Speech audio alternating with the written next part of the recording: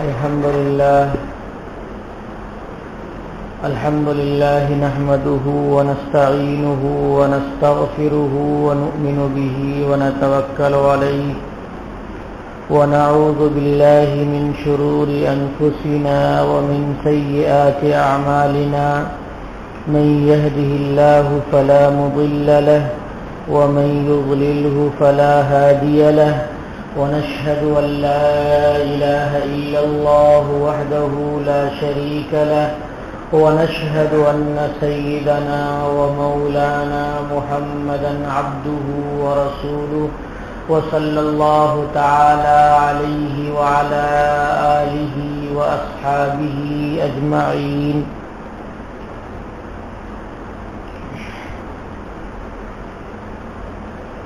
بخاری شریف کی روایت ہے، کان النبی صلی اللہ علیہ وسلم اذا صلى صلاة اقبل علینا بوجهه.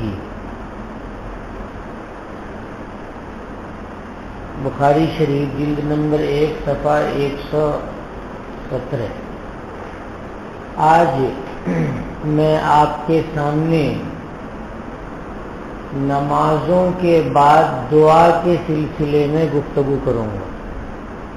کیوں کہ اس سلسلے میں کچھ لوگ تو افراط میں ہیں اور کچھ لوگ تفریط میں ہیں. افراط کا مطلب ہے کہ حد کو چھوڑ کے آگے بڑھ گئے ہیں، اور تفریط کا مطلب یہ ہے کہ حد کو چھوڑ کے پیچھے ہٹ گئے ہیں. بیچ بیچ میں حق ہے اور ہمیں حق کو ماننا چاہیے.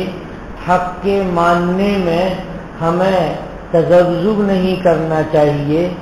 جو علماء دیوبند کا موقف ہے دعا کے سلسلے میں، وہ آپ کے سامنے میں واضح کرنا چاہوں گا. احادیث نبی جناب محمد رسول اللہ صلی اللہ علیہ وسلم کی روایات جو کتابوں میں موجود ہیں، اور صحابہ کرام کے آثار اور نبی کریم جناب محمد رسول اللہ صلی اللہ علیہ وسلم کی سنت کے مطابق کہ ہمیں کیسے رہنا چاہیے، کیسے کرنا چاہیے.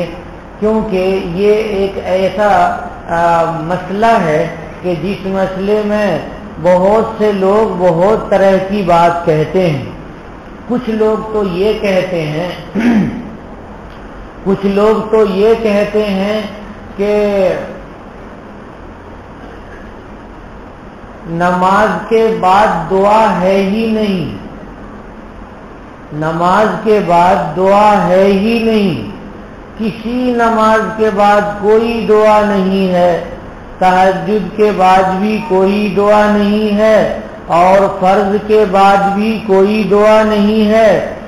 اب اس میں اتنا زیادہ شدت میں وہ ہوتے ہیں کہ خود بھی دعا سے محروم ہو گئے اور اپنے پاس والوں کو بھی اور اپنے زیر اثر رہنے والوں کو بھی دعا سے محروم کر دیتے ہیں.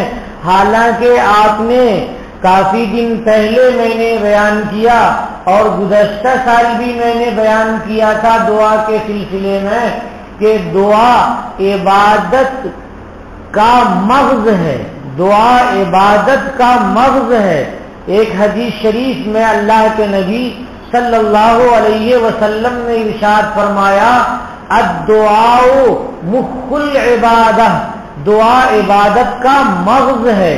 اور ایک حدیث شریف میں اللہ کے نبی صلی اللہ علیہ وسلم نے ارشاد فرمایا جو اس سے زیادہ مضبوط ہے سند کے اعتبار سے، الدعاء هو العبادہ، دعا ہی عبادت ہے.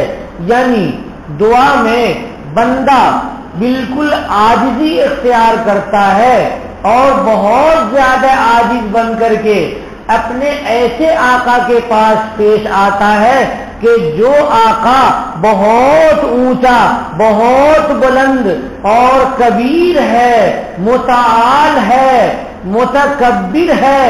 اللہ تبارک و تعالی جبار ہیں، بہت بڑے ہیں، بہت اونچے ہیں. اللہ تبارک و تعالی کی شان میں بلندی ہے اور پستی نہیں ہے، عاجزی نہیں ہے، تواضع نہیں ہے، اور بندے کی شان میں ابدیت ہے، یعنی عاجزی ہے اور پستی ہے۔ جب بندہ بہت زیادہ گر کر کے اللہ تبارک و تعالیٰ کی طرف متوجہ ہوتا ہے تو اللہ تعالیٰ بہت خوش ہوتے ہیں۔ اس لیے خوش ہوتے ہیں کہ بندہ ایسی نعمت لے کر کے سامنے آتا ہے خدائے پاک کے، جو نعمت خدائے پاک کے پاس نہیں ہے۔ خدائے پاک کا خزانہ اس نعمت سے خالی ہے۔ وہ نعمت ہے جھکنا، عاجزی کرنا۔ اللہ کسی کی عبادت نہیں کرتے، بندے اللہ کی عبادت کرتے ہیں۔ تو جب بندہ بہت زیادہ عاجزی کے پیش آتا ہے تو اللہ رب العزت بہت زیادہ خوش ہوتے ہیں۔ میں نے بتایا کہ سورہ اسراء میں اللہ تبارک و تعالیٰ نے اللہ کے نبی جناب محمد رسول اللہ صلی اللہ علیہ وسلم کی بہت اعلیٰ ترین صفت بیان کی، اور سب سے اعلیٰ ترین صفت حضور اکرم صلی اللہ علیہ وسلم کی عبد ہونا ہے، بندہ ہونا ہے، عاجزی کرنے والا ہونا ہے۔ فرمایا اللہ تبارک و تعالیٰ نے سبحان الذی اسری بعبدہ لیلا من المسجد الحرام الی المسجد الاقصی، کہ اللہ تبارک و تعالیٰ کی ذات پاک ہے، سارے عیوب سے پاک ہے، بلند ہے اور بالا ہے۔ اللہ کے پاس یہ بندہ، یہ جو نہایت اعلیٰ قسم کا بندہ ہے، وہ اللہ تبارک و تعالیٰ کی طرف جا رہا ہے۔ اللہ تبارک و تعالیٰ نے اس بندے کو راتوں رات چلایا۔ کہاں سے کہاں تک چلایا؟ من المسجد الحرام الی المسجد الاقصی، مکہ مکرمہ سے مسجد اقصی تک راستے میں چلایا، اور مسجد اقصی سے اللہ نے اپنے عرش پر بلایا۔ وہ نبی کریم صلی اللہ علیہ وسلم کے لیے اللہ نے لفٹ نازل کیا تھا، لفٹ کو معراج کہتے ہیں۔ اس معراج کے ذریعے سرکار دو عالم صلی اللہ علیہ وسلم حضرت جبریل کے ساتھ اللہ رب العزت کے پاس گئے، اور کانا کعبہ قوسین، اللہ تبارک و تعالیٰ سے بڑا قرب نبی کریم صلی اللہ علیہ وسلم کو ملا۔ تو میں یہ کہہ رہا تھا کہ بندے کے اندر کیا کرنا چاہیے؟ اب یا تو چالو کرو یا بند کرو۔ اللہ تبارک و تعالیٰ نے نبی کریم صلی اللہ علیہ وسلم کو اپنے پاس بلایا کہ نبی کریم صلی اللہ علیہ وسلم کی سب سے اونچی صفت عبد ہونا ہے۔ تو ہم بھی حضور کے طریقے پر جب اللہ کے سامنے اپنی عاجزی پیش کریں گے کہ اے اللہ میرے پاس کوئی طاقت نہیں، میرے پاس کوئی قوت نہیں، میرے پاس کوئی دولت نہیں، میرے پاس کوئی مال نہیں، اے اللہ میں بھی تیرا، اے اللہ میرا مال بھی تیرا، اے اللہ میرا جسم بھی تیرا، اے اللہ میری جان بھی آپ کی دی ہوئی ہے۔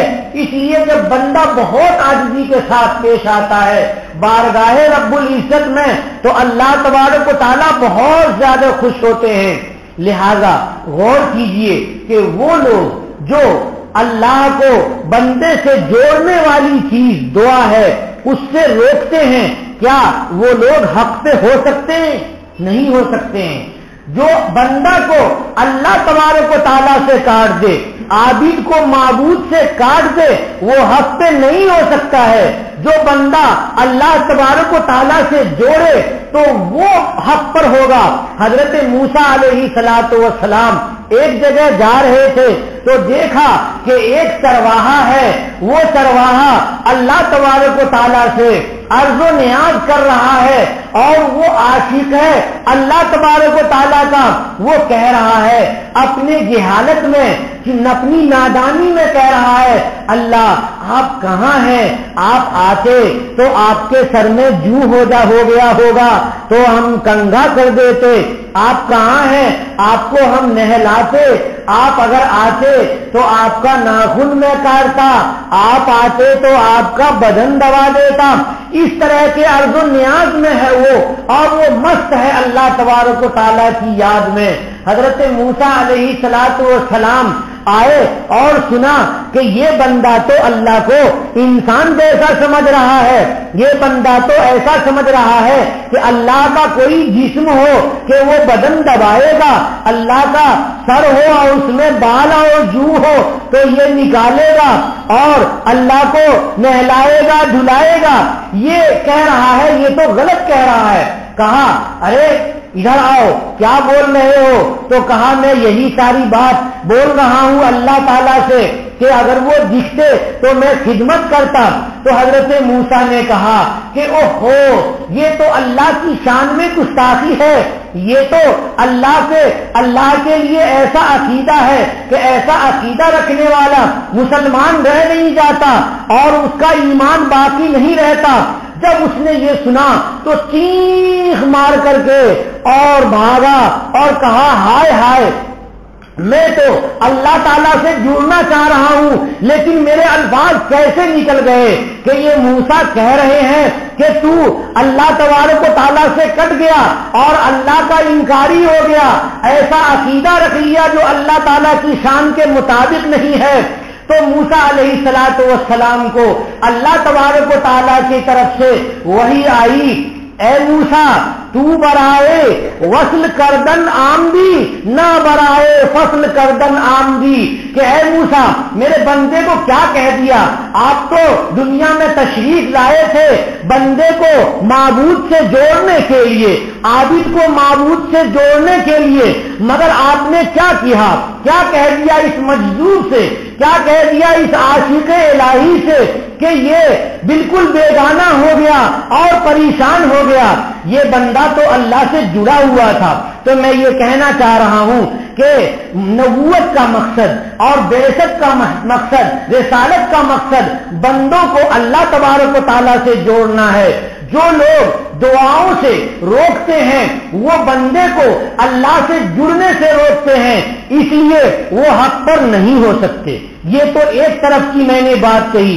دوسری طرف کی بات کہوں کہ کچھ لوگ ایسے ہیں جو دعا کے سلسلے میں اتنا زیادہ غلو کرتے ہیں، اتنا زیادہ غلو کرتے ہیں کہ وہ بھی حد اعتدال سے ہٹ کر کے افراط میں پہنچے ہوئے ہیں. بعض علاقوں میں نے دیکھا، آپ کے یہاں بھی ہے مگر تھوڑا ہے، دوسرے شہروں میں جا کر کے دیکھیے کہ امام صاحب زور زور سے دعا اگر نہیں کریں گے تو مقتدی سارے ناراض ہو جاتے ہیں، امام صاحب کی امامت ختم ہو جاتی ہے. اگر امام نے جہرن دعا نہیں کی تو اس کی خیر نہیں، اگر امام نے ایک دعا کے بجائے دو دعا نہیں کی تب بھی امام کو رخصت کرتے ہیں. ایک دعا تو وہ کرتے ہیں فرض نماز پڑھنے کے فوراً بعد، اور ایک دعا کرتے ہیں وہ فرض نماز کے بعد جب سب لوگ سنتیں پڑھ کر کے فارغ ہو جاتے ہیں تو امام صاحب انتظار میں بیٹھے رہتے ہیں. پھر سارے لوگوں کو اکٹھا لے کر کے پھر وہ ایک دعا کرتے ہیں. اس کے بعد ایک تیسری دعا شروع ہو جاتی ہے، مائک لے کر کے مؤذن صاحب اور دوسرے دو چار لوگ کھڑے ہو جاتے ہیں، پھر درود و سلام پڑھتے ہیں، درود و سلام کے بعد پھر دعا کرتے ہیں. تو ایک دعائے اول، دوسری دعائے ثانیہ اور تیسری دعائے ثالثہ، اس طرح سے دعاؤں میں غلو ہوتا جا رہا ہے. اس لیے ہمیں اللہ کے نبی صلی اللہ علیہ وسلم کے زمانے کو سمجھنا پڑے گا، صحابہ کرام کے عمل کو دیکھنا پڑے گا اور تابعین کے عمل کو دیکھنا پڑے گا. اس عمل میں غور کرنا پڑے گا جو عمل مستمر چلا آ رہا ہے. ائمہ مجتہدین نے، ائمہ اربعہ نے، امام مالک، امام ابو حنیفہ نے، امام مالک نے، امام شافعی نے، امام احمد بن حنبل نے اور ان کے ماننے والوں نے جو طریقہ اپنایا ہے اس طریقے کو ہمیں اختیار کرنا پڑے گا، تب ہم حد اعتدال میں رہیں گے.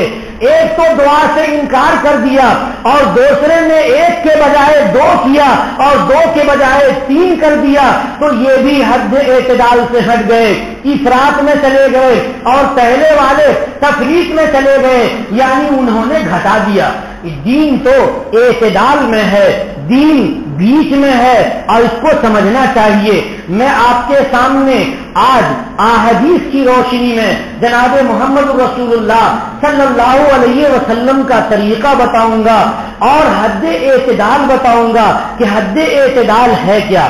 بھائیو، جب آپ نے سمجھ لیا کہ دعا سے بندہ اللہ سے جڑتا ہے تو آپ یوں سمجھ لیجئے کہ اسلام عرب میں آیا اور اسلام عرب سے عجم میں آیا۔ عجم کا مطلب ہوتا ہے عربی ملک کے علاوہ جو دوسرے ممالک ہیں وہ عجم کہلاتے ہیں۔ تو اسلام عربی ملک میں تھا، اس کے بعد عرب سے بڑھ کر کے اور پوری دنیا میں اسلام پھیلتا چلا گیا۔ تو بہت جتنے لوگ ہیں نماز تو عربی میں ہی پڑھتے ہیں، اس لیے کہ صحابہ کرام جہاں جہاں گئے انہوں نے نماز کو سکھایا، تابعین اور تبع تابعین نے نماز کو سکھایا تو عربی میں سکھایا۔ پوری دنیا کا ہر جگہ کا مسلمان نماز پڑھتا ہے، عربی زبان میں پڑھتا ہے، چاہے وہ کنڑ بولنے والا ہو نماز عربی میں پڑھے گا، چاہے وہ ملیالم بولنے والا ہو نماز عربی میں پڑھے گا، تمل بولنے والا ہو نماز عربی میں پڑھے گا، ہندی بولنے والا ہو نماز عربی میں پڑھے گا، فرنچ بولنے والا ہو نماز عربی میں پڑھے گا، انگریزی بولنے والا ہو نماز عربی میں پڑھے گا۔ یہ نماز عربی میں سارے ممالک کے سارے لوگ پڑھتے ہیں نماز عربی میں، لیکن جو لوگ عرب ہیں یا جو عالم ہیں یا جو عربی زبان سے اچھی طرح واقف ہیں وہ تو نماز کو سمجھتے ہیں اور نماز کے اخیر میں جو قاعدہ کرتے ہیں اس قاعدے میں دعا کرتے ہیں، اس دعا کو بھی وہ سمجھتے ہیں اور اللہ تبارک و تعالیٰ سے عربی زبان میں انہیں جو کچھ بھی مانگنا ہوتا ہے وہ سب کچھ وہ مانگ لیتے ہیں اور اللہ تبارک و تعالیٰ سے عرض و نیاز کرتے ہیں۔ قاعدے اخیرہ میں جب سارا عرض و نیاز کر لیتے ہیں تو وہ سلام پھیرتے ہیں، سلام پھیرنے کے بعد اب چونکہ انہوں نے سب کچھ مان لیا ہے، اللہ تبارک و تعالیٰ سے سب کچھ مانگ لیا ہے اور جتنی بھیک لینی تھی وہ لے لیا ہے، اس لیے اب اس کو نماز کے بعد دعا کرنے کی ضرورت نہیں۔ تو اب اس نے دعا کر لی، سلام پھیر لیا، دعا اس کی ہو گئی تو وہ اپنا اپنی تسبیح میں لگ جاتے ہیں۔ صحابہ کرام رضوان اللہ علیہم اجمعین کے زمانے میں بھی ایسا ہی تھا کہ لوگ نماز کے اندر دعاؤں کو سمجھ کر کے کر لیتے تھے اور نماز کے بعد تسبیحات میں لگتے تھے اور کچھ دعاؤں میں بھی لگتے تھے۔ سرکار دو عالم صلی اللہ علیہ وسلم سے نفل نمازوں کے بعد دعا ثابت ہے، وتر کے تہجد کے بعد دعا ثابت ہے، فرض نماز کے بعد دعا ثابت ہے۔ وہ ساری روایتیں میں آپ کو پڑھ کر کے سناؤں گا۔ صحابہ کرام رضوان اللہ علیہم اجمعین اس طریقے کو اپنا رہے تھے، لیکن یہ کہ اس زمانے میں اور اس علاقے میں جو عرب ہے اس میں تو دعا نماز کے اندر ہی کر لی جاتی ہے۔ آج بھی عرب اکثر نماز کے اندر دعائیں کر لیتے ہیں اور نماز کے بعد وہ کوئی دعا کرتا ہے، کوئی دعا نہیں کرتا ہے۔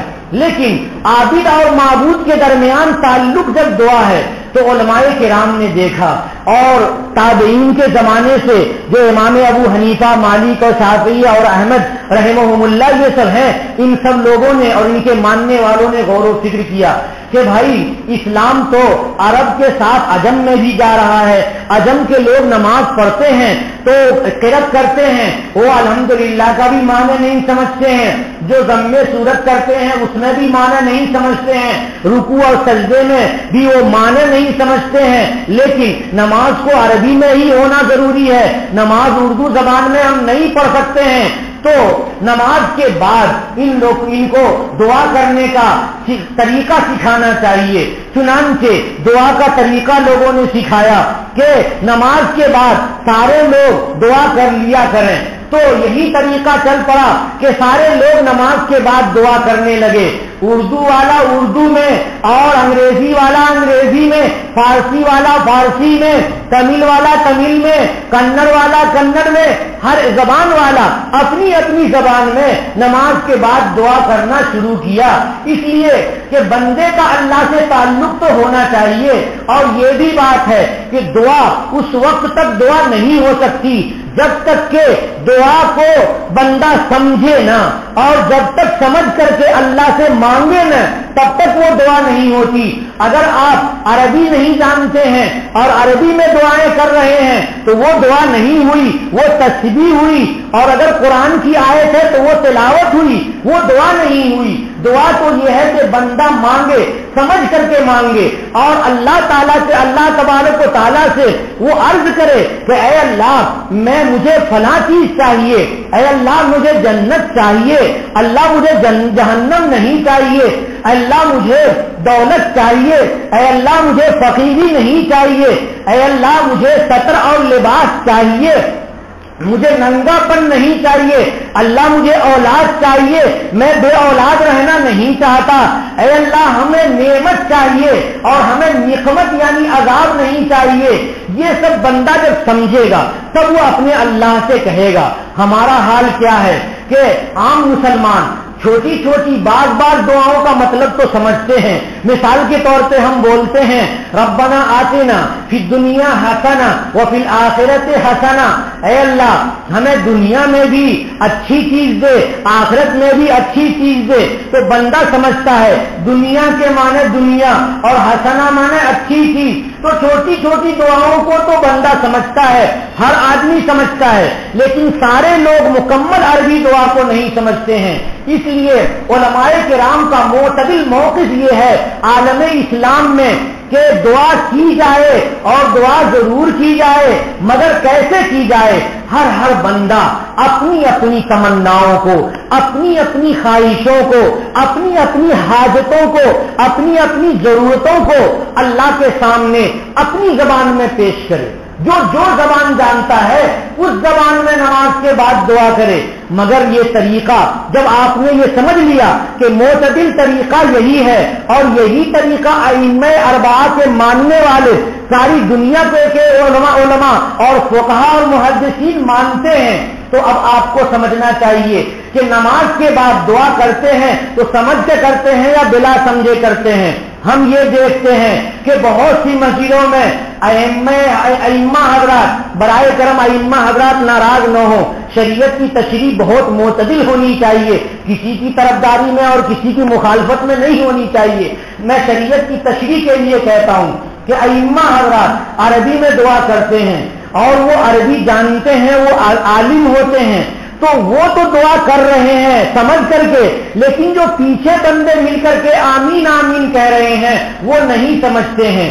تو امام کی تو دعا ہوئی اور مقتدیوں کی دعا نہیں ہوئی، اس لیے کیا کرنا چاہیے؟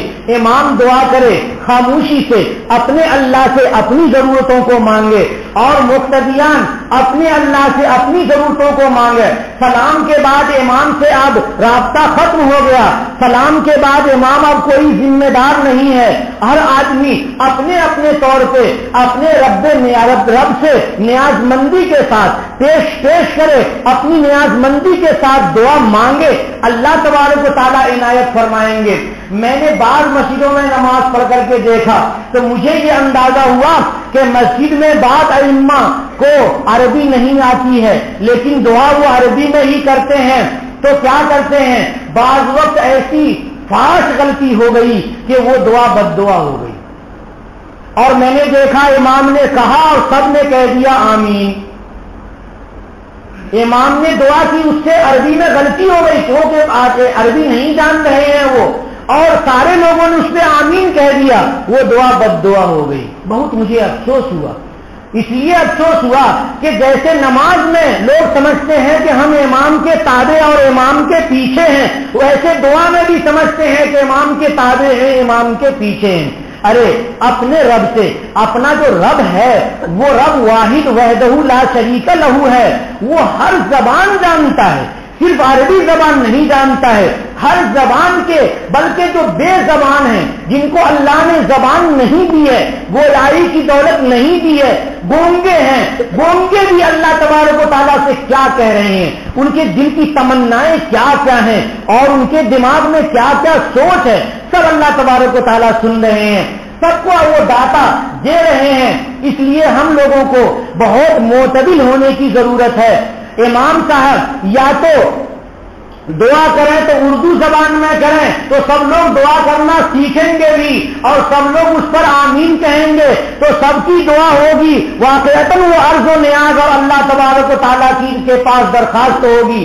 لیکن اگر امام صاحب عربی میں کر رہے ہیں اور مقتدی سارے اس پر آمین کہہ رہے ہیں بغیر سمجھے، تو پھر تو وہی بات ہوئی بھائی کہ ایک مرتبہ دعا نماز پڑھی تو نماز میں قاعدہ اخیرہ کی دعا ہمیں سمجھ میں نہیں آئی۔ قاعدہ اخیرہ میں ہم نے کہا اللہم انی ظلمت نفسی، اے اللہ میں نے اپنے اوپر ظلم کیا ہے، ظلمن کثیرن، بہت زیادہ ظلم کیا ہے، لا یغفر الذنوب الا انت، آپ ہی گناہ معاف کرتے ہیں، فاغفر لی، مجھے معاف کر دیجئے۔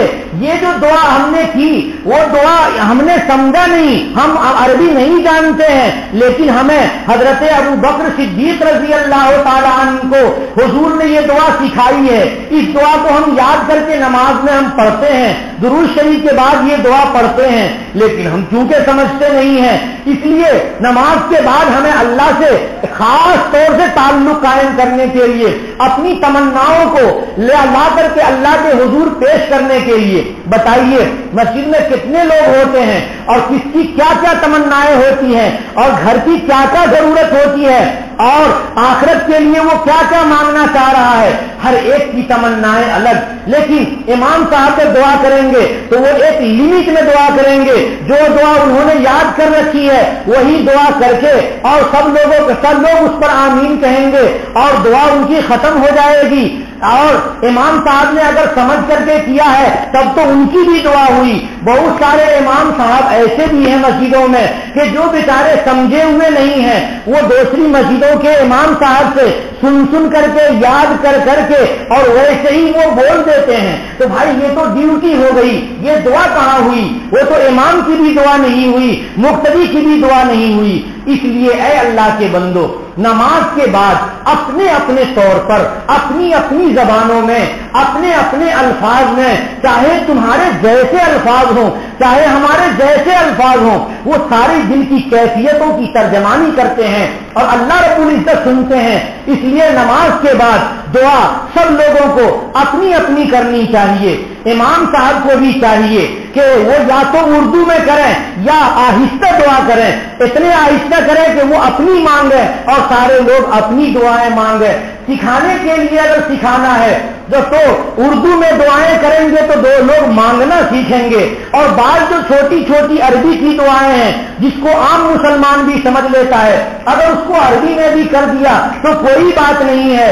اور نبی کریم صلی اللہ علیہ وسلم کے الفاظ جو دعاؤں میں آئے ہیں ان میں بڑی برکتیں ہیں۔ حضور کی جو دعائیں ہیں بہت جامع ہیں، مگر یہ حضور کی دعاؤں کو کون سمجھیں گے؟ عالم ہی تو سمجھیں گے، عربی جاننے والے ہی تو سمجھیں گے۔ تو اگر آپ کہتے ہیں کہ حضور کی دعاؤں میں جامعیت ہے، الحمدللہ بالکل صحیح بات ہے، 100% صحیح ہے، 101% صحیح ہے کہ حضور جیسی دعا کوئی نہیں مانگ سکتا، تو تھوڑا سا سیکھو تو صحیح، حضور کی دعاؤں کو سمجھ کر کے یاد کرو، حضور کی دعاؤں کو سمجھ کر کے یاد کرو اور پھر عربی میں دعا کرو تو وہ اللہ تبارک و تعالیٰ اور زیادہ قبول فرمائیں گے۔ سنت ہو نبی کریم صلی اللہ علیہ وسلم کی دعائیں بہت سی کتابوں میں ہیں، چھوٹی چھوٹی کتابوں میں بھی ہیں، بڑی بڑی کتابوں میں بھی ہیں، حسن حسین میں بھی ہیں، عمل الیوم واللیلہ میں بھی ہیں، اردو میں آپ دعائیں مقبول و مسنون دعائیں ہیں اس میں ہیں، اور بھی دعائیں ہیں۔ ان دعاؤں کے ترجمے کو سمجھیے اور ترجمے کو سمجھ کر کے پھر عربی یاد کیجیے اور پھر اللہ تبارک و تعالیٰ سے مانگیے۔ لیکن عربی میں کبھی کبھی غلطی ایسی ہو جاتی ہے جو میں نے بتائی کہ امام صاحب دعا کر رہے ہیں، بیچارے عربی جانتے نہیں، وہ دعا کے بجائے بد دعا کر لے رہے ہیں۔ اس لیے ہمیں اعتدال پہ آنا چاہیے۔ جو لوگ دعا کو منع کرتے ہیں وہ بھی غلط، اور جو دعا 1 سے 3 بار کرتے ہیں وہ بھی غلط، اور جو دعاؤں کو سب کے ملا کر کے اور سارے لوگوں کو آمین آمین کہلواتے ہیں عربی میں بول کر کے وہ بھی غلط۔ ہمیں ہو رہا ہے کیا کہ ہم تھوڑی سی غلطی میں ہیں، مثال کے طور پر، اور کوئی دوسرے مسلک والا اس کو ٹچ کرتا ہے اور بلکہ ٹارچر کرتا ہے وہ، اور کہتا ہے کہ تمہاری یہ غلطی ہے۔ اب ہم کہتے ہیں نہیں ہماری غلطی نہیں ہے، ہم تحقیق کرتے ہیں تو معلوم ہوتا ہے غلطی ہے، تو ٹارچر اس نے کیا ایک چھوٹی سی بات پر، اور اس نے جو ڈوز کھلا دیا وہ اس مسلک سے نکالنے والا ڈوز ہو گیا، وہ ایسی گولی کھلا دی کہ آدمی مسلک سے نکل گیا۔ ارے بھائی مسلک سے نکلنے کی ضرورت نہیں ہے، اپنے فکر کو معتدل کرنے کی ضرورت ہے۔ ہمارے اندر جو خرابیاں ہیں ان خرابیوں کی اصلاح کرنی چاہیے، اور ہم کو مسلک چھوڑ کر کے دوسرے مسلک کی طرف نہیں چلا جانا چاہیے کہ یہ مسلک غلط ہے اور دوسرا مسلک صحیح ہے، ایسی کوئی بات نہیں ہے۔ پوری دنیا میں صرف 4 مسلک ہی صحیح ہیں، امام ابو حنیفہ رحمۃ اللہ علیہ کا مسلک، امام مالک کا مسلک، امام شافعی کا مسلک، امام احمد بن حنبل کا مسلک، اسی پر 4 صدی ہجری میں اتفاق ہو گیا ہے، اور 4 صدی ہجری نہیں اب 1400 سال یعنی گویا کے بیچ میں 1000 سے زیادہ سال گزر گئے ہیں۔ اس کے بعد لوگ نئے نئے مسلک نکالیں گے تو کیسے قابل قبول ہوگا؟ وہی قابل قبول ہے جس پر امت نے 4 صدی ہجری میں اجماع کر لیا ہے۔ حضرت شاہ ولی اللہ صاحب رحمۃ اللہ علیہ نے اس اجماع کو لکھا ہے، اس لیے ہم لوگوں کو بہت زیادہ سوچنا چاہیے۔ حضرت گنگوئی رحمت اللہ علیہ کی ایک بات سناؤں، فتاوا رشیدیہ میں دیکھیے جا کر کے لکھا ہوا ہے، کسی نے پوچھا کہ قبر کے پاس ہاتھ اٹھا کر کے دعا کرنا جائز ہے، تو حضرت نے سمجھایا، بہت بہترین بات سمجھا دی، فرمایا کہ ہاں لیکن اگر قبر کے پاس ہاتھ اٹھاتے ہیں تو قبر کی طرف پیچھ کر لیجئے، اور تاکہ لوگ سمجھیں کہ مانگنے والا اللہ سے مانگ رہا ہے، قبر والے سے نہیں مانگ رہا ہے۔ تو یہ حضرت گنگوئی نے سکھایا تاکہ آدمی دوسرا دیکھنے والا یہ نہ سمجھے کہ قبر والے سے مانگ رہا ہے۔ قبرستان میں جو دعا کی جاتی ہے اس میں بہتر طریقہ یہ ہے کہ ہاتھ نہ اٹھایا جائے۔ اگر کسی نے ہاتھ اٹھا بھی لیا تو چونکہ وہ اللہ سے مانگ رہا ہے، قبر والے سے نہیں مانگ رہا ہے، تو اس کے عمل کو بہت بڑا گناہ اور بہت بڑا ناجائز نہیں کہا جائے گا، لیکن بہتر طریقہ یہ ہے کہ وہاں پہ ہاتھ نہ اٹھائے تاکہ دوسرے سننے والے کو شبہ نہ ہو جائے کہ فلاں قبر والے سے مانگ رہا تھا کھڑے ہو کر کے، اس لیے کہ مانگنا تو صرف اللہ تبارک و تعالیٰ سے جائز ہے۔ ہم جو قبروں کے پاس دعا کرتے ہیں وہ قبر والے کی مغفرت اور معافی کے لیے دعا کرتے ہیں۔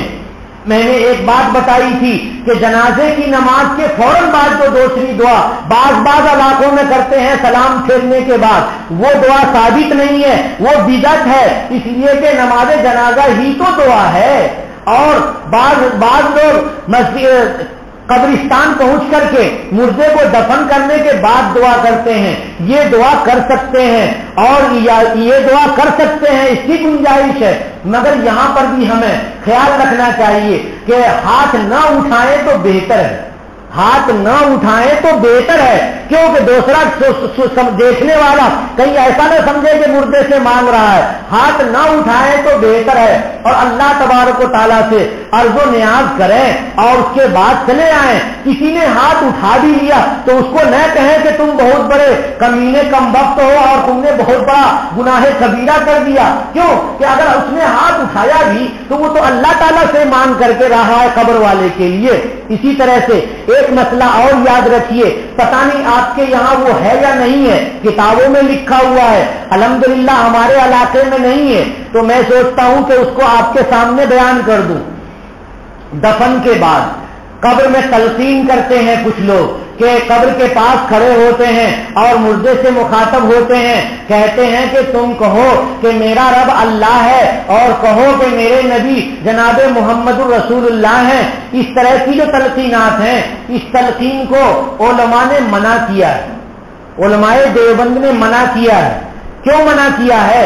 حضرت مولانا اعزاز علی صاحب شیخ الادب امروہی رحمت اللہ علیہ نے نور العیدہ کے حاشیے میں لکھا ہے کہ تلقین کا کوئی فائدہ نہیں۔ کیوں فائدہ نہیں؟ اس لیے کہ اگر مرنے والا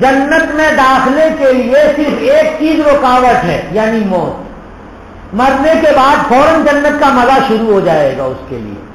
فرماتے ہیں حضرت علی رضی اللہ تعالیٰ عنہ کی روایت ہے، ان علی قال سمعت رسول اللہ صلی اللہ علیہ وسلم علی اعوادی ھذا المنبر، کہ میں نے نبی کریم صلی اللہ علیہ وسلم سے اسی منبر کی لکڑیوں پر بیٹھے ہوئے سنا ہے۔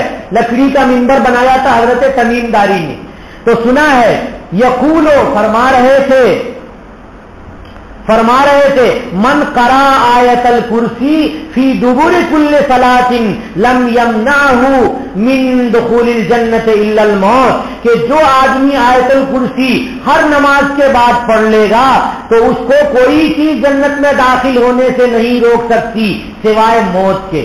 یہ شعب الایمان میں ہے، بیہقی میں ہے، جلد نمبر 2 صفحہ 458۔ ہاں، ایک اور بات مجھے یاد آ گئی، وہ بعض لوگ آپ کو پوچھیں گے، بلکہ آپ کو کہیں گے، وہ کیا کہیں گے، ارے جو تمہارے مولوی صاحب حدیث سناتے رہتے ہیں نا، وہ تو ساری بخاری مسلم کی نہیں رہتی ہے، کوئی شعب الایمان کی رہتی ہے، اور کوئی بیہقی کی رہتی ہے، اور کوئی کیا کہتے ہیں مصنف ابن ابی شیبہ کی رہتی ہے، کوئی مصنف ابن عبد الرزاق کی رہتی ہے، کوئی دارقطنی کی رہتی ہے، کوئی نسائی کی رہتی ہے، کوئی ترمذی کی رہتی ہے، اور کوئی اور دوسری ابو داؤد وغیرہ کی رہتی ہے۔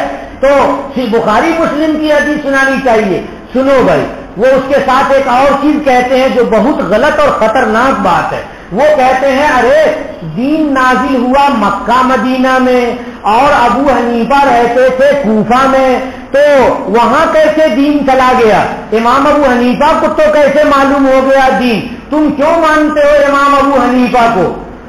حالانکہ حضرت عبداللہ ابن مسعود اور دوسرے صحابہ کرام وہاں پہنچے ہیں، حضرت عبداللہ ابن مسعود کے ساتھ 1500 یا 2000 ان کے شاگردان تھے، وہ سب کے سب گئے اور وہاں کوفہ میں پھیل گئے، ہر گلی میں ہر جگہ بیٹھ گئے، اور نبی کریم صلی اللہ علیہ وسلم کی احادیث کو پھیلایا، اور وہاں محدثین رہے، اور وہاں حضور کا علم پہنچا، اور وہاں بہت زیادہ حدیث شریف کے علم کا اور قرآن پاک کے علم کا اور شریعت کے علم کا شور تھا اور گوگا تھا۔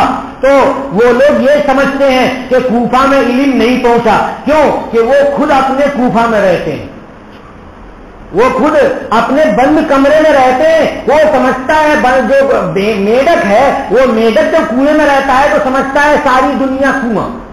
اس لیے میں نے آپ کو بتایا تھا کہ امام ابو حنیفہ رحمۃ اللہ علیہ کے پاس احادیث پہنچی ہیں، کتنے صحابہ سے امام ابو حنیفہ نے ملاقات کی ہے؟ آپ کو بتایا تھا نہیں بتایا تھا؟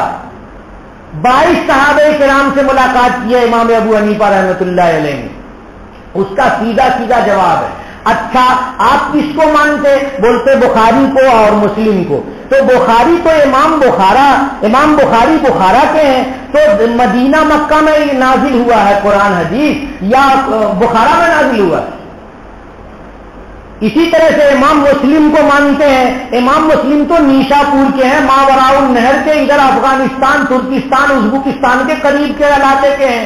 تو دین نازل ہوا مکہ مدینہ میں، تو نیشا پور کے امام مسلم کو کیوں مانتے ہو؟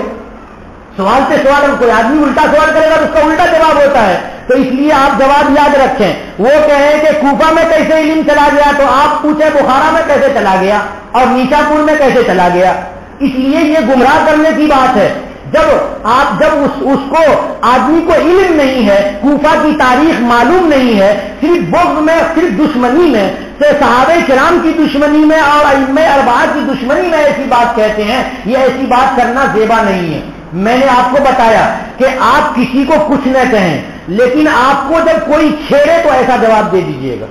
میں نے آپ کو اصول بتایا کہ اپنے کو چھیڑو نہیں اور دوسرے کو چھیڑو نہیں، لیکن اگر کوئی چھیڑے تو یہاں پر وہ ایک انجیکشن دے تو آپ دوسرا انجیکشن دے دیجیے۔ اینٹی بائیوٹک دینا ضروری ہوتا دوا کے ساتھ۔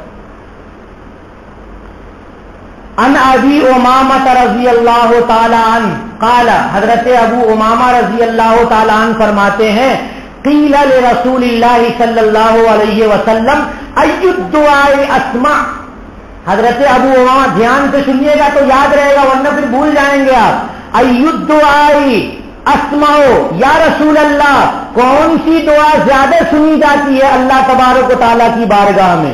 کون سی دعا زیادہ سنی جاتی ہے؟ قال, کہا, کس نے کہا؟ رسول اللہ صلی اللہ علیہ وسلم نے کہا.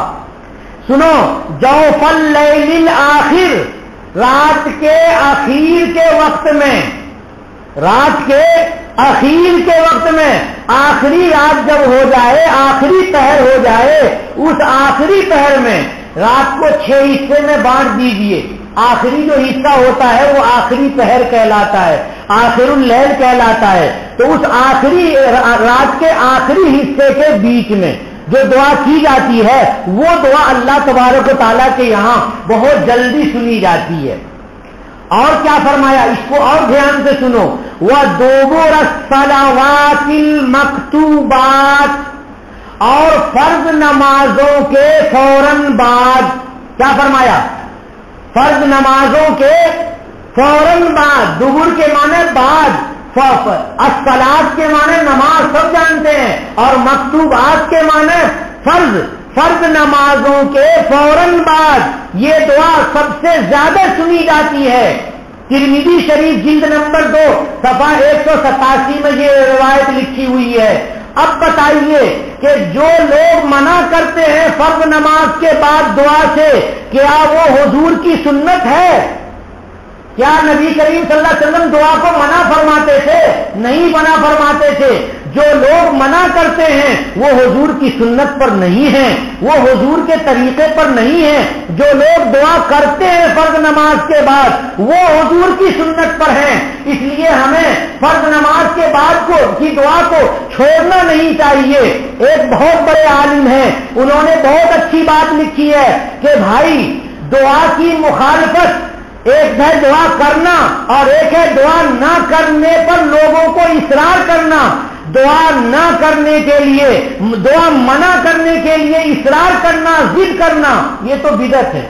کیونکہ نہ تو صحابہ نے دعا سے منع کیا, نہ تابعین نے دعا سے منع کیا, نہ ائمہ اربعہ نے دعا سے منع کیا, نہ بعد کے فقہاء مجتہدین نے دعا سے منع کیا.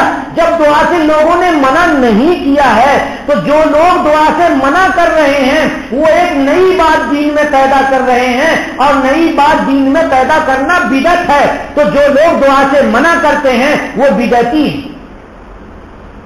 یہ ترمذی شریف کی روایت ہے کہ فرض نماز کے بعد دعا زیادہ قبول ہوتی ہے. یاد رکھنے کی چیز ہے آپ کے لیے, دعا میں ہاتھ اٹھانا دعا کے آداب میں سے ہے ہاتھ اٹھانا. ہیریا فتاوی عالمگیری میں لکھا ہوا ہے کہ دعا کے آداب میں سے ہے کہ دعا میں ہاتھ اٹھایا جائے. دیکھو کیسے ہاتھ اٹھایا جائے, یہ سینے کے برابر ہاتھ اٹھائیں اور دونوں ہاتھوں کے بیچ میں جگہ تھوڑا خالی رکھیں. ایسے ہاتھ جوڑے رہیں گے تو مطلب ہے اتنے ہی مانگ رہے ہو اللہ سے, اور ایسے تھوڑا پھیلا ہٹائے ہوئے ہیں تو اس کا مطلب ہے بہت زیادہ مانگ رہے ہیں اللہ تبارک و تعالیٰ سے. کچھ لوگوں کو دیکھا وہ ایسے کر کے مانگتے ہیں, کچھ لوگوں کو دیکھا وہ ایسے کر کے مانگتے ہیں. ارے یہ کوئی طریقہ نہیں.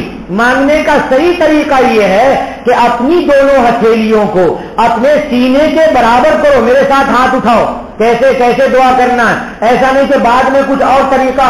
اپنے سینے کے برابر ہاتھ کے درمیان تھوڑا سا خالی رکھ کر کے ہم دعا کریں گے. یہ دعا کا طریقہ ہے. یہ کس نے سکھایا؟ نبی کریم صلی اللہ علیہ وسلم نے. فتاوی ہندیہ میں بھی اس کا حوالہ موجود ہے اور فقہائے کرام کی کتابوں میں بھی حوالہ موجود ہے. ان انس رضی اللہ تعالی عنہ, حضرت انس حضور کے خادم ہیں, 7 یا 9 سال تک خدمت کی ہے حضور کی. فرماتے ہیں قال رسول اللہ صلی اللہ علیہ وسلم یا ایھا الناس ان ربکم حی کریم یستحیی ان یمدہ احدکم یدیہ الیہ فیردہما خائبتین. فرماتے ہیں نبی کریم صلی اللہ علیہ وسلم, اے لوگو تمہارے اللہ تمہارے پروردگار شرمیلے ہیں، حیون کے معنی شرمیلے ہیں، کریم بہت زیادہ سخی ہیں، دینے والے ہیں، ان کو شرم آتی ہے کہ تم میں سے کوئی اپنے دونوں ہاتھوں کو ان کی طرف اٹھائے اور اللہ اس کو محروم لوٹا دے، اللہ کو شرم آتی ہے۔ اس لیے جو بندہ عاجزی کے ساتھ ہاتھ اٹھا رہا ہے اللہ ضرور کچھ نہ کچھ دے دیں گے۔ ہمارے پاس دولت ہے، دکان ہے اور فقیر گزرتا رہتا ہے تو ہم سکے رکھے رہتے ہیں اور اس کے ہاتھ میں ڈالتے رہتے ہیں، ہم کہتے ہیں اتنی بڑی دکان ہے اور ایک فقیر آیا ہے، اس کو خالی ہاتھ کیسے لوٹائیں گے، ہماری عزت کے خلاف ہے۔ بتاؤ ہم کیا، ہماری دولت کیا، ہماری عزت کیا؟ اللہ تبارک و تعالیٰ کتنے بڑے ہیں، کتنی دولت ہے، کتنی عزت ہے اللہ تبارک و تعالیٰ کی۔ تو اللہ تبارک و تعالیٰ ہاتھ پھیلانے والے کے ہاتھ کو محروم نہیں لوٹاتے ہیں، اس میں دے دیتے ہیں۔ یہ حدیث شریف مسند ابو یعلا جلد نمبر 7 صفحہ 142 میں لکھی ہوئی ہے۔ چند حدیثیں اور بتاؤں گا۔ حضرت انس رضی اللہ تعالیٰ عنہ کی روایت ہے، فرماتے ہیں رأیت رسول اللہ صلی اللہ علیہ وسلم، میں نے دیکھا حضور پاک صلی اللہ علیہ وسلم کو یرفع یدیہ فی الدعاء، ہاتھ دونوں ہاتھ کو دعا میں اٹھاتے تھے۔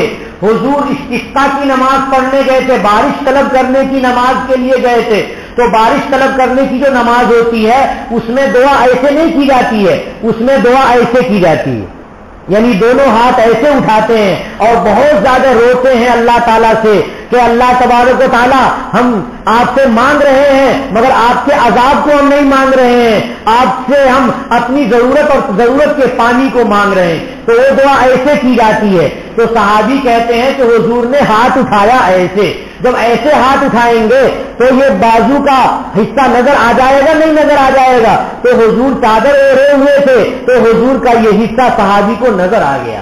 کہتے ہیں حتیٰ یرا بیاض ابطیہ، یہاں تک کہ حضور کے دونوں بازو کی سفیدی نظر آ گئی۔ سنن کبریٰ بیہقی میں یہ روایت ہے، جلد نمبر 3 صفحہ 357 پر ہے۔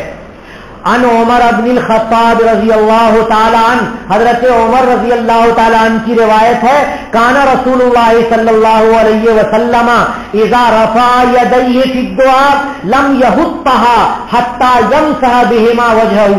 ہم لوگ جب دعا کرتے ہیں ایسے تو دعا کرنے کے بعد منہ پہ پھیرتے ہیں، ہاتھ کو پھیرتے ہیں منہ پر، وہ حضور کا طریقہ سکھایا ہوا ہے۔ فرماتے ہیں حضرت عمر کہ رسول اللہ صلی اللہ علیہ وسلم جب دعا کرتے کے لیے اپنے دونوں ہاتھ اٹھاتے تھے تو ان دونوں کو گراتے نہیں تھے، یہاں تک کہ دونوں سے اپنے چہرے کو مسح کر لیتے تھے، چھو لیتے تھے۔ ترمذی شریف جلد نمبر 1 صفحہ 176 پر یہ روایت لکھی ہوئی ہے۔ اگلی روایت ہے عن سائب ابن یزید، حضرت سائب ابن یزید اپنے والد سے روایت کرتے ہیں عن ابیہ ان النبی صلی اللہ علیہ وسلم کانا اذا دعا، جب حضور دعا فرماتے تھے رفع یدیہ، دونوں ہاتھ اٹھاتے تھے، مسح وجہہ بیدیہ، دونوں ہاتھوں سے اپنے چہرے کو مسح کرتے تھے دعا کے ختم پر۔ یہ ابو داؤد شریف کی روایت ہے، جلد نمبر 1 صفحہ 216 پر ہے۔ نماز کے بعد بھی دعا میں ہاتھ اٹھانا چاہیے، دعا کے ادب میں سے ہاتھ اٹھانا ہے۔ ان ابی ہریرہ رضی اللہ تعالی عنہ، حضرت ابو ہریرہ رضی اللہ تعالی عنہ کی روایت ہے ان رسول اللہ صلی اللہ علیہ وسلم رفع یدہ بعد ما سلم، حضور نے اپنا ہاتھ اٹھایا سلام پھیرنے کے بعد۔ تو ہم جو دعا کرتے ہیں سلام پھیرنے سے پہلے کرتے ہیں بعد میں کرتے ہیں؟ بعد میں کرتے ہیں۔ حضور نے بھی سلام پھیرنے کے بعد ہاتھ اٹھایا ہے۔ وَهُوَ مُسْتَقْبِلَ الْقِبْلَةِ، اس حال میں کہ حضور قبلہ کی طرف رخ کیے ہوئے تھے اور ہاتھ اٹھایا سلام پھیرنے کے بعد۔ اور پھر کیا دعا کی؟ فرمایا حضور نے فقال اللہم خلص الولید ابن الولید، ایک ولید ابن ولید صحابی ہیں، ان کی نجات کے لیے، چھٹکارے کے لیے حضور نے دعا کی، کہیں وہ پھنسے ہوئے تھے۔ یہ تفسیر ابن ابی حاتم جلد نمبر 3 صفحہ 123 میں لکھی ہوئی ہے روایت۔ ایک اور روایت سنیے، ان محمد ابن ابی یحییٰ، حضرت محمد ابن ابی یحییٰ کہتے ہیں رأیت عبداللہ ابن الزبیر، میں نے عبداللہ ابن زبیر کو دیکھا، ورأى رجلا رافعا یدیہ، انہوں نے دیکھا کہ ایک آدمی ہے جس نے نماز کے اندر ہی ہاتھ اٹھا کے دعا شروع کر دیا۔ بعض لوگوں کو آپ نے دیکھا ہوگا کہ نماز پڑھتے پڑھتے بیچ میں ہاتھ اٹھا دیتے ہیں دعا کرنے کے لیے، یہ طریقہ غلط ہے بھائی، نماز کے بیچ میں ہاتھ اٹھانا نہیں چاہیے۔ میں نے بھی دیکھا بہت سے لوگوں کو کہ وتر وغیرہ پڑھتے ہیں تو ہاتھ اٹھا لیتے ہیں بیچ میں دعا کے لیے، یہ طریقہ حضور کا نہیں ہے۔ حضرت عبداللہ ابن زبیر نے ایک آدمی کو دیکھا کہ نماز میں اتفاق سے ہاتھ اٹھا دیا، انہوں نے سلام پھیرنے کے بعد بلایا، کہا کہ بھائی حضور تو نماز پڑھنے کے بعد ہاتھ اٹھاتے تھے اور تم نماز کے اندر ہی ہاتھ اٹھا دیے، تو یہ حضور کی سنت کے خلاف ہو گیا۔ کہتے ہیں وَرَأَى رَجُلًا رَافِعًا يَدَيْهِ يَدْعُو قَبْلَ أَن يَفْرُغَ، انہوں نے ایک آدمی کو دیکھا کہ اپنا ہاتھ اٹھائے ہوا ہے، نماز سے فارغ ہونے سے پہلے پہلے دعا کر رہا ہے، قبل ان یفرغ من صلاتہ، اپنی نماز سے فارغ ہونے سے پہلے پہلے، فلما فرغ منہا، تو جب وہ نماز سے فارغ ہو گیا، فقال، تو عبداللہ ابن زبیر نے بلایا اور کہا ان رسول اللہ، سنو غور سے، ان رسول اللہ صلی اللہ علیہ وسلم لم یکن یرفع یدیہ حتی یفرغ من صلاتہ، حضور اپنے دونوں ہاتھ نہیں اٹھاتے تھے نماز کے لیے یہاں تک کہ اپنی نماز سے فارغ ہو جاتے تھے۔ تو ہم لوگ جو نماز سے فارغ ہو جاتے ہیں تو ہاتھ اٹھاتے ہیں نہیں اٹھاتے ہیں، تو یہ حضور کا طریقہ ہے نماز کے بعد دعا کا اور ہاتھ اٹھانے کا۔ معجم کبیر طبرانی کا ہے، جلد نمبر 11 صفحہ 22 میں لکھی ہوئی ہے یہ عبارت۔ تو میں نے جو یہ سب روایتیں بتائی وہ اس لیے بتائی تاکہ آپ کو اپنے مسلک کا یقین ہو جائے، اور یاد رکھیے کہ صحابہ کرام بہت پابندی کے ساتھ، اجتماع کے ساتھ روزانہ 500 وقتوں میں نہیں دعا کیا کرتے تھے۔ صحابہ کرام نماز کے اندر دعا کرنے کے عادی تھے، لیکن جب اسلام پھیلا ہے، عرب سے عجم میں پہنچا ہے، تو پوری امت کے چاروں فقہ کے ائمہ نے سوچا کہ احادیث میں دیکھو روایتوں میں کہ حضور نے ہاتھ اٹھایا ہے نہیں اٹھایا ہے، فرض کے بعد دعا کے بارے میں حضور نے قبولیت کا کی خوشخبری دی ہے یا نہیں دی ہے، فرض نماز کے بعد دعا زیادہ قبول ہوتی ہے۔ صحابہ کرام بھی نماز کے بعد کبھی کبھی جو ہاتھ اٹھاتے تھے اور دعا کرتے تھے، جب حضور کی سنت میں موجود ہے، صحابہ کے طریقے میں موجود ہے، تو ائمہ اربعہ کے سارے مجتہدین نے مل کر کے دعا کو جاری کیا ہے، اس لیے یہ اجماع کے ساتھ چل رہی ہے دعا، اور کبھی یہ دعا ختم نہیں ہوئی ہے۔ تو اگر کوئی آدمی 1400 سال کے بعد آگے چل کر کے دعا کو ختم کرنے کی کوشش کر رہا ہے تو وہ حضور کی سنت طریقے کے خلاف ہے اور صحابہ کرام کے طریقے کے خلاف ہوا اور ائمہ مجتہدین کے اجماع کے خلاف ہوا۔ ہمارے اور دوسرے میں فرق یہی ہے کہ ہم اللہ کے نبی کی سنت کو بھی مانتے ہیں کتاب اللہ کے ساتھ، اور صحابہ کرام کے آثار کو بھی مانتے ہیں، پوری امت کے اجماع کو بھی مانتے ہیں، لیکن بعض لوگ ہیں جو اجماع کو نہیں مانتے ہیں، صحابہ کو نہیں مانتے ہیں، یہیں سے گمراہی شروع ہو جاتی ہے۔ آج میں نے آپ کا زیادہ وقت لے لیا، اس کے لیے معذرت ہے، اور آپ کو کوئی سوال کرنا ہو تو کر سکتے ہیں، میں دعا کرتا ہوں، دعا کے بعد بھی پوچھ سکتے ہیں، اگلی مجلس میں بھی پوچھ سکتے ہیں۔ ابھی تھوڑا زیادہ وقت ہو گیا ہے تو مناسب نہیں ہے آپ کا ٹائم لینا۔ وآخر دعوانا ان الحمد للہ رب العالمین۔